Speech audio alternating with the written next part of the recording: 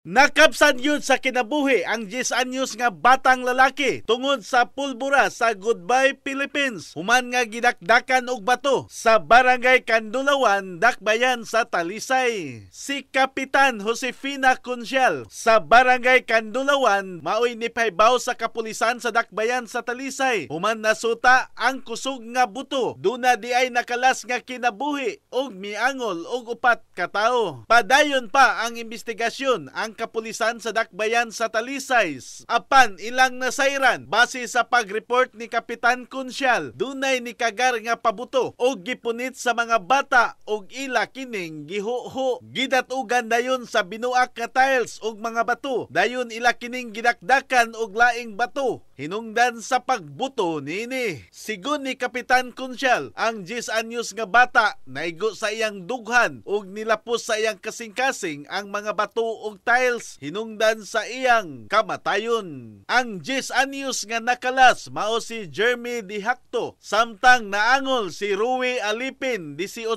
anyos, BG Bacolor 10 anyos, John Kenneth Alipin 8 anyos ug Mark Hinampas 16 anyos. Nasayran ang naangol nga 10 anyos, naigo ang itlog, naukab ang tuhod sa 10 anyos, samtang dapi-dapi mata og nagkalain-laing parte sa lawas sa laing 10 anyos ug napaso ang usa ka 17 anyos. Gawas sa kapulisan sa Dakbayan sa Talisay, muhimo sang investigasyon ang kabomberuhan sa Dakbayan sa Talisay. In the heart of changing lives, ako si Brigada Alan Tangkawan sa 90.7 Brigada News FM Cebu, the Music and News Authority.